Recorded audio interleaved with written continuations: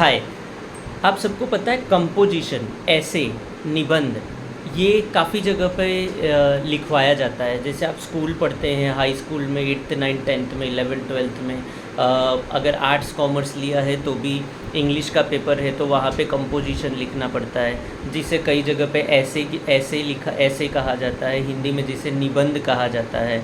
College में पढ़ रहे हो, कॉलेज में अगर आर्ट्स लिया है या बीबीए लिया है तो आपको कंपोजिशन लिखवाया जाता है। एमबीए भी कर रहे हैं, एमबीए के स्टूडेंट्स का भी कम्युनिकेशन चेक करने के लिए कंपोजिशन लिखवाया जाता है।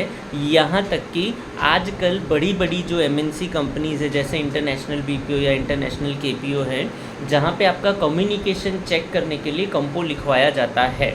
ठीक है, तो अब कई बार क्या होता है कि कई कैंडिडेट्स का, स्टूडेंट्स का इंग्लिश कम्युनिकेशन बहुत अच्छा होने के बावजूद भी वो लोग कंपो में बहुत सिली मिस्टेक्स कर देते हैं और कंपो में वो फेल हो जाते हैं।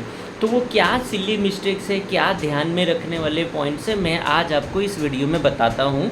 और आपको ये वीडियो देखकर अगर आपने देख लिया, उसको समझ लिया, तो आप जो भी कंपो लिखेंगे और इन सभी पॉइंट्स का ध्यान रखते हैं तो आप कंपो को क्रैक कर जाओगे। ठीक है, तो चलो शुरू करते हैं। तो देखिए, सबसे पहले कंपोजिशन, मान लीजिए अगर आपको किसी ने कहीं पर भी आप गए हैं या पेपर दे रहे हैं या इंटरव्यू दे रहे हैं, अगर उन्होंने लिखा कि 25 लाइन का कंपो होना चाहिए या 30 लाइन का, इससे 30 लाइन्स इससे ज़्यादा बड़ा कंपो होता भी नहीं है। कुछ लोग 20 लाइन्स लिखते हैं, कुछ लोग 25 और कुछ लोग 30। मैंने काफ़ी सारे इंटरव्यूज़ देखे, काफ़ी सारे पेपर्स दिए, इससे ज़्यादा नहीं होता। तो मैं अमूमन चलो 25 लाइन का पैराग्राफ, 25 लाइन्स का मैं लेता हूँ एवरेज। तो आप क्या करिए, जो भी लाइन्स आपको दिए ना उसको 5-5 में डिवाइड कर दीजिए। जैसे 25 लाइन का अगर कंपोजिशन लिखना है, 25 लाइन का अगर निबंध लिखना है इंग्लिश में, तो 5 पैराग्राफ में डिवाइड कर दीजिए। यानी एक पैराग्राफ में 5-5 लाइन आ गई, 5 पैराग्राफ हो गए, 5 पैराग्राफ, एक पैराग्राफ में 5-5 लाइन, यानी 25 लाइन हो गए। तो उनका पहला क्राइटेरिया सेट हो गया। अब आता है 5 पैराग्राफ। तो 5 पैराग्राफ में आप क्या लिखेंगे, तो इस 5 पैराग्राफ को डिवाइड कर दीजिए। तो सबसे पहला पैराग्राफ होगा, उसके अंदर आप लिखिए जो भी टॉपिक है उस टॉपिक का इंट्रोडक्शन दीजिए। दूसरा इंट्रोडक्शन या तो मीनिंग में अभी आगे विस्तार से बताऊंगा कि उसमें भी क्या लिखना है। नंबर 2 में उस टॉपिक के ऊपर कुछ पॉजिटिव पॉइंट्स लिखिए 5 लाइनों के। ठीक है, पहला भी 5 लाइन, दूसरा भी 5 लाइन। नंबर 3 में उस टॉपिक के ऊपर कुछ नेगेटिव चीज़ें लिखिए। ठीक है, नंबर 4 में आपका खुद का ओपिनियन दीजिए, ये भी 5 लाइनों में। और नंबर 5 में कंक्लूज़न कर दीजिए। इसी तरह अगर 20 लाइन का कहा गया है तो 3 पैराग्राफ में अपना ओपिनियन वाला पैराग्राफ हटा दीजिए और चौथे पैराग्राफ में आप अपना ओपिनियन कंक्लूज़न कर दीजिए और 5-5 लाइन में डिवाइड कर दीजिए। ठीक है, तो यहाँ पे अभी हम बात कर रहे थे 25 लाइनों वाली, तो 5 पैराग्राफ हुआ। अब सबसे पैराग्राफ मैंने पहला क्या कहा, इंट्रोडक्शन, राइट। तो इंट्रोडक्शन या मीनिंग, तो अब देखिए, अगर कोई व्यक्ति और जगह की बात कर रहे हैं, या मान लो कहा गया कि भाई आप अपने प्राइम मिनिस्टर के बारे में लिखिए, अपने प्रेसिडेंट के बारे में लिखिए, या आप अपने सीएम के बारे में लिखिए, किसी साइंटिस्ट के बारे में लिखिए, किसी बहुत बड़े एक्टर के बारे में, तो ये व्यक्ति है, तो इसका आप इंट्रोडक्शन दोगे फर्स्ट पैराग्राफ में कि वो व्यक्ति का जन्म कहाँ हुआ, कितने साल के हैं, उनकी क्या विशेषताएं वगैरह, उनका किस क्षेत्र में उनकी विशेषताएं हैं वगैरह वगैरह।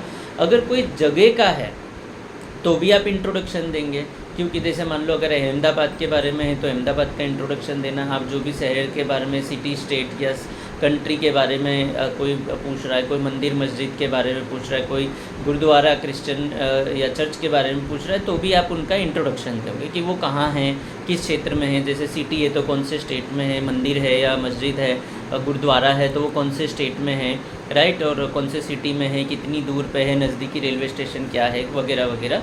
तो ये हो गया कि भाई अगर कोई व्यक्ति है या जगह है तो आप उसका इंट्रोडक्शन देंगे।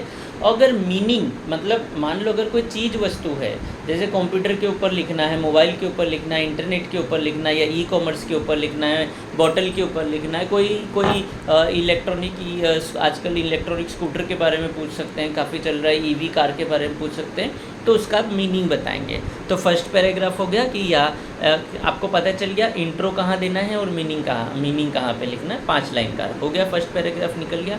नंबर 2 में पॉजिटिव पॉइंट्स जो भी चीज़ें हैं या जो भी व्यक्ति के बारे में या जगह के बारे में या कोई चीज़ वस्तु के बारे में पूछा है तो उसके बारे में 5 लाइन में कुछ पॉजिटिव पॉइंट्स लिखिए, कुछ अच्छी चीज़ें लिखिए। इस तरह से उस 5 लाइन को क्रॉस करिए, ठीक है।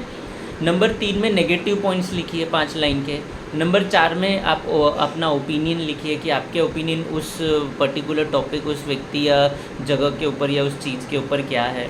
नंबर 5 में कंक्लूज़न करिए। अब देखो कंक्लूज़न हमेशा कैसा होता है ना भाई, कंक्लूज़न हमेशा एक ही होता है। मैं आपको बता देता हूँ भाई, this topic has positive and negative point too, we should consider positive motion, move forward towards it, ठीक है। तो इस तरह से देखो हमने 5 पैराग्राफ कर दिए 5-5 लाइन के, ठीक है। अब मैं आगे आपको और जानकारी देता हूँ कि भाई ये जो पैराग्राफ है ना ये सिंपल होने चाहिए।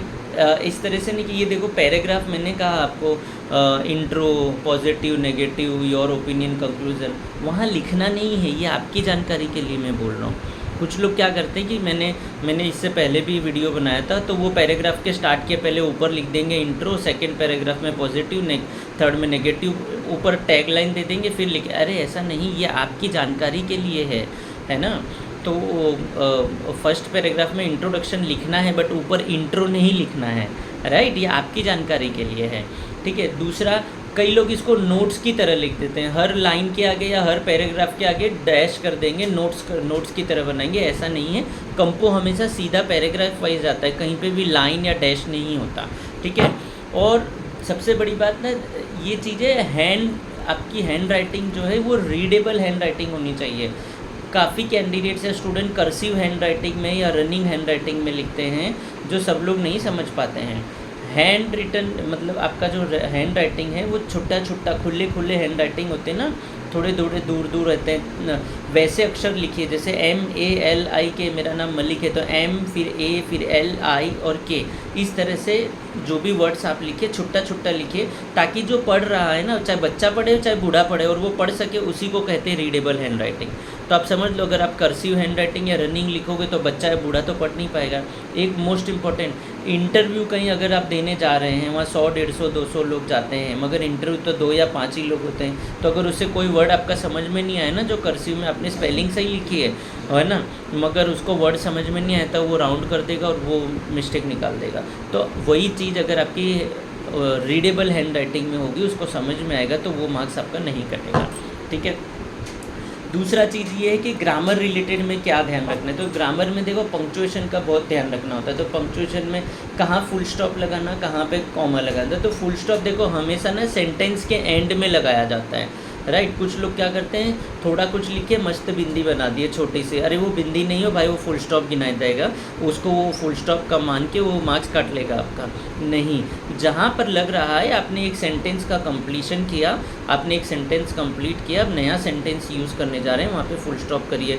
पैराग्राफ कंप्लीट कर रहे हैं, फुल स्टॉप करिए, ठीक है। तो ये फुल स्टॉप कहाँ यूज़ करना है। दूसरा, कॉमा कहाँ यूज़ करना है। 2 सेंटेंस में आप डिफ्रेंशिएशन करना चाह रहे हैं, वहाँ पे आप कॉमा का यूज़ करिए, ताकि वो पता चले कि भाई ये 2 सेंटेंस का डिफ्रेंशिएशन हो रहा है। एक बात और देखो, फुल स्टॉप अगर हुआ ना, तो फुल स्टॉप के बाद जस्ट जो वर्ड स्टार्ट होता है वो कैपिटल में स्टार्ट होगा, ठीक है। मगर कॉमा के बाद में अगर कोई वर्ड स्टार्ट हो रहा है तो वो कैपिटल नहीं होता। हाँ, कॉमा के बाद आप कब कर सकते हो, जब प्रॉपर नाउन है। कई लोग कई बार क्या करते हैं, कंपो में कई जगह पर कैपिटल का यूज़ कर देंगे, राइट। एंड को भी कोई लोग AND तीनों कैपिटल कर देंगे, या तो एंड या और दिखाने के लिए ए को कैपिटल कर देंगे। ये गलत है, ये गलत ग्रामर है।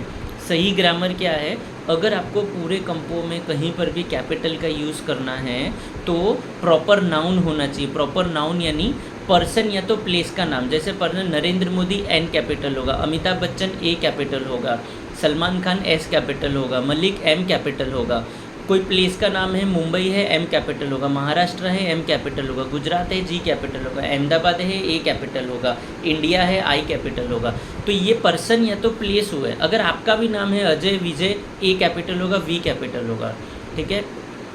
इसके अलावा कोई भी चीज़ कैपिटल में नहीं यूज़ करनी चाहिए पूरे कंपोजिशन में। करना है तो फुल स्टॉप अगर हो गया है, और फुल स्टॉप कहाँ होगा, जहाँ पे एक सेंटेंस का या पैराग्राफ का कंप्लीशन हुआ तब आपने फुल स्टॉप किया। फिर फुल स्टॉप के बाद में जो भी वर्ड स्टार्ट हो रहा है, चाहे वो पर्सन हो, प्लेस हो, तो वो या ना हो, वो कैपिटल में। यानी मान लो आपने ही लिखा तो एच कैपिटल होगा फुल स्टॉप के बाद में। इसी तरह कॉमा के बाद में कैपिटल नहीं होगा, बट कॉमा के बाद में अगर नाउन है यानी नाम या तो प्लेस है तो वो कैपिटल हो जाएगा। तो आपको पता चल गया फुल स्टॉप और फुल स्टॉप कहाँ यूज़ करना है, और क्या नाम है, कॉमा कहाँ यूज़ करना है, और कैपिटल का यूज़ कहाँ पे करना है। ठीक है। इसके आगे कई लोग क्या करते हैं कि भाई कॉमा कहीं पर भी दे दिया, इस तरह से नहीं रखना। हो सके तो आपका जो कंपो में जो भी टॉपिक के ऊपर आपको लिखने को कहा गया है वो मीनिंगफुल टॉपिक होना चाहिए। कुछ लोग क्या लिखने के लिए कंपो लिख देते हैं, रिपीट वर्ड लिख देते हैं, रिपीट सेंटेंस कर देते हैं, ये नहीं होना चाहिए, राइट। तो जो भी जिस भी मान लो आपको 2 टॉपिक दिया गया, जिस टॉपिक के ऊपर आपको जानकारी हो या आप रिकॉल कर सकते हो उस टॉपिक के ऊपर लिखिए। और अगर आपके पास कोई ऑप्शन नहीं ही है तो जो नियरेस्ट टॉपिक है जिसके ऊपर आप लिख सकते हो उसके ऊपर लिखिए। स्टार्ट करिए, रिकॉल करने का कोशिश करिए, आप उसके ऊपर लिखेंगे आपको मिलेगा। बट ऐसा नहीं कि जो है ही नहीं, चीज़ें कंसेप्ट ही नहीं है, वो चीज़ आप उसमें लिखोगे तो भी वो कंपो गलत हो जाएगा, और रिपीटेशन डालोगे तो भी कंपो गलत होगा। जैसा मैंने कहा कि कंपो neat and clean handwriting में लिखो। 30 मिनट मिलता है, अगर आपको 1-2 मिनट और ज़्यादा चाहिए अच्छी हैंड राइटिंग में लिखने के लिए तो इंटरव्यूअर आपको देगा, मगर आप उसको रनिंग या डॉक्टर राइटिंग में मत लिखिएगा, वो समझ में आए वैसे हैंड राइटिंग में लिखिएगा। मोस्ट इम्पॉर्टेंट पॉइंट, आपका नाम जिस भी पेपर में लिख रहे हो आपका नाम लिखना ज़रूरी है। जिस टॉपिक के ऊपर लिख रहे हो वो टॉपिक का नाम लिखना बहुत ज़रूरी है कंपो के पेज के ऊपर, ताकि वो आइडेंटिफाई हो कि ये किसका कंपो है।